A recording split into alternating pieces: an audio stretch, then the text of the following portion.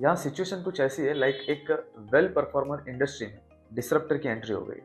Specially paint industry जो एक अरसे से सिस्टमेटिकली रन हो रही थी, जिसमें एशियन पेंट्स लीडर है, फाइनेंशियली सबसे ज़्यादा स्ट्रॉन्ग है, सबसे बड़ा मार्केट शेयर है, and the with growth run हो रही थी। आपको पता होगा कि एक समय तक इंडियन स्टॉक मार्केट की हिस्ट्री में सबसे ज़्यादा रिटर्न देने वाली कंपनी एशियन पेंट्स, बट अब एंट्री हो गई है बिरला ओपस की, और इसके अलावा भी बहुत सारी कंपनीज की एंट्री हो चुकी है, नए प्लेयर्स की एंट्री हो चुकी है। तो बिरला ओपस जो एक मल्टी बिजनेस कॉन्ग्लोमेरेट है, जो मल्टीपल एरियाज में प्ले कर रहा है। अब ऐसी कंपनी के पास, मतलब बिरला की बात कर रहा हूँ, इनके पास ऑलरेडी बहुत सारे कॉम्पिटिटिव एज रहते हैं, ऑलरेडी एक स्ट्रॉन्ग फाइनेंस का बैकअप रहता है। बिरला ये नाम ऑलरेडी अक्रॉस इंडिया फेमस है, वेल नोन है, ट्रस्टवर्दी है, ऑलरेडी एक बड़ा स्ट्रॉन्ग नेटवर्क है। अब इससे फायदा क्या होगा? अग्रेसिव एक्सपेंशन पॉसिबल हो पाएगा। इंडियन पेंट इंडस्ट्री का फंडा क्या था अब तक कि गिनी चुनी 7-8 कंपनीज हैं, बड़े लेवल पर प्ले कर रही थी। उसी हिसाब से सारे रूल्स, रेगुलेशंस एंड व्यापारिक बात व्यवहार सेट था। एज अ डिसरप्टर बिरला वापस आया और हैवी डिस्काउंट्स, डीलर इजीनेस वाली एक्टिविटीज जो है वो स्टार्ट कर दी। जो हमें समझ आ रहा है वो एशियन पेंट्स को भी समझ आया होगा, उल्टा हमसे पहले ही समझ गए होंगे। उन्होंने अपने कॉन कॉल में ये बात एक्सेप्ट भी की है।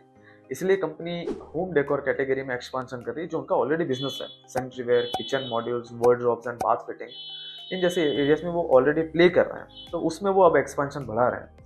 यहाँ ये कितना ग्रो करेगा ये तो आगे की बात है, लेकिन जो फिलहाल दिख रहा है वो ये है कि बिरला ओपस और जेएसडब्ल्यू पेंट्स, इनके आने से कंपटीशन काफी टफ हो गया। अब इस पॉइंट को कंपनी के नंबर्स कितना जस्टिफाई करते हैं, थोड़ा वो भी देख लेते हैं।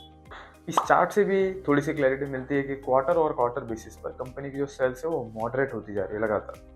सीधी सी बात है कि कंपटीशन इंटेंस होने की वजह से कंपनी को मार्जिन्स कम करने पड़ेंगे एंड सामने मार्केटिंग कॉस्ट बढ़ाना पड़ेगा, जिसका सीधा और नेगेटिव इम्पैक्ट कंपनी के प्रॉफिटेबिलिटी में होगा। मल्टीपल ब्रोकरेज एजेंसीज ने भी एशियन पेंट्स को डाउन ग्रेड किया है। ये सारी चीज़ें हैं जो एशियन पेंट्स में फिलहाल हो रही है। एशियन पेंट्स के अलावा दो और ऐसी कंपनीज हैं जिसमें सेम प्रॉब्लम्स का अंदाजा लगाया जा रहा है, Avenue Supermarts and Bajaj finance. ये तीनों कंपनीज अपनी अपनी इंडस्ट्री में मार्केट लीडर है, लेकिन इनके स्टॉक प्राइस में मॉडरेशन चल रहा है। लास्ट 3 साल में Asian paints, DMart and Bajaj finance, तीनों कंपनीज ने जीरो रिटर्न दिया है। उल्टा नेगेटिव कहेंगे तो ज़्यादा जस्टिफाई होगा। एवेन्यू सुपरमार्ट्स, जिसे हम डीमार्ट के नाम से जानते हैं, ऑफलाइन रिटेल जायंट, वर्षों से लीडर है इस एरिया में। लेकिन जिस तरह से पेंट इंडस्ट्री में बिरला ओपस एकदम अग्रेसिवली मार्केट शेयर खाने में लगा है, मल्टी बिजनेस कॉन्ग्लोमेरेट है, सेम एज रिलायंस रिटेल, जिसको इंट्रो की शायद कोई जरूरत नहीं है क्योंकि कितने ये पावरफुल हैं, कितने रिच कॉन्ग्लोमेरेट से बिलोंग करते हैं। रिटेल बिजनेस में मुकेश अंबानी पैरेलली हर डायरेक्शन में एंटर कर रहा है, like Jio mart, Reliance digital and Reliance retail, ये सब। अब इसका इम्पैक्ट क्या हो रहा है? तो यहाँ पर भी सेम फियर है कि डीमार्ट का जो मार्केट शेयर है आने वाले समय में कम हो सकता है। हालांकि कंपनी का जो रेवेन्यू एंड प्रॉफिटेबिलिटी काफ़ी स्टेबल है, अच्छे से ग्रो हो रहा है, बट वो जो मोनोपोली वाला जो एज है ना, वो शायद अब डल होता जा रहा है। इसमें एक रीज़न ये हो सकता है कि अभी इंडिया में जो पब्लिक है वो ऑर्गेनाइज्ड रिटेल शॉपिंग में एंटर हो रहा है, बढ़ रहा है ज़्यादा से ज़्यादा, तो शायद हेडरूम ऑफ ग्रोथ अभी अच्छा है यहाँ पे, बट इन्वेस्टर्स में डर है। सेम फैक्टर से इम्पेक्टेड एक और कंपनी है, बजाज फाइनेंस, इंडिया की सबसे बड़ी लार्जेस्ट एनबीएफसी कंपनी। अब इस सेक्टर में भी जियो फाइनेंस की एंट्री हो गई, again subsidiary of Reliance industry. हालांकि बजाज फाइनेंस ने जो ग्रोथ गाइडेंस दिया है वो तो आउटस्टैंडिंग है, उन्होंने मोर देन 25% का ग्रोथ गाइडेंस दिया है, बट अपकमिंग फेज में कंपटीशन टफ रहेगा। क्रक्स ऑफ द वीडियो हम क्या कह सकते हैं कि नो डाउट मार्केट शेयर अब डिवाइड होगा, क्योंकि पेंट, रिटेल एंड फाइनेंस तीनों इंडस्ट्री में एक बड़े प्लेयर की एंट्री हुई है। बट इंडिया एक काइंड ऑफ डेवलपिंग कंट्री है, जहाँ मार्केट शेयर अगर डिवाइड हो रहा है तो सामने मार्केट की जो साइज है वो भी बढ़ रही है। लाइक इंडिया में कंस्ट्रक्शन बढ़ रहा है, ऑर्गेनाइज रिटेल की डिमांड बढ़ रही है, एंड सामने स्मॉल एंड पर्सनल फाइनेंस भी ग्रो हो रहा है। तो चांसेस हैं कि इन कंपनीज की जो ट्रेडिशनली जो स्पीड ऑफ ग्रोथ है अब वो शायद ना रहे, बट एक सस्टेनेबल ग्रोथ लॉन्ग टर्म में रह सकती है।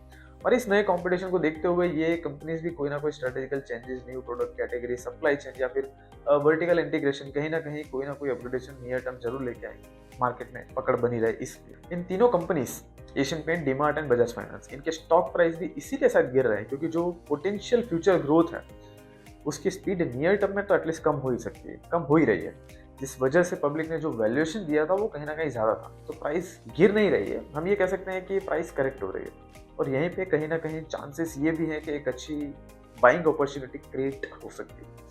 क्योंकि स्टॉक मार्केट में एक फैक्टर काम करता है, ओवर रिएक्शन। मार्केट हमेशा ओवर रिएक्ट करता है सिचुएशन को, इतनी बड़ी तो न्यूज़ नहीं होती है, उससे ज़्यादा प्राइस में फ्लक्चुएशन आ जाता है। अभी रिसेंट अपडेट धीरे धीरे ये भी सर्कुलेट हो रहे हैं कि एशियन पेंट्स अब धीरे धीरे अंडर वैल्यूड होता जा रहा है।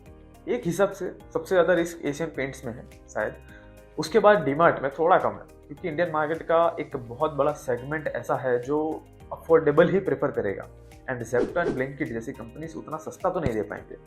वे क्विक दे सकते हैं लेकिन सस्ता उतना नहीं दे पाएंगे। अब तीसरे नंबर पे है बजाज फाइनेंस। इन्होंने गाइडेंस बहुत ही ऑप्टिमिस्टिक दिया है। End of the story. अब ऐसा नहीं है कि एशियन पेंट है या डीमार्ट है तो सेफ है, अलर्ट सबको रहना पड़ेगा।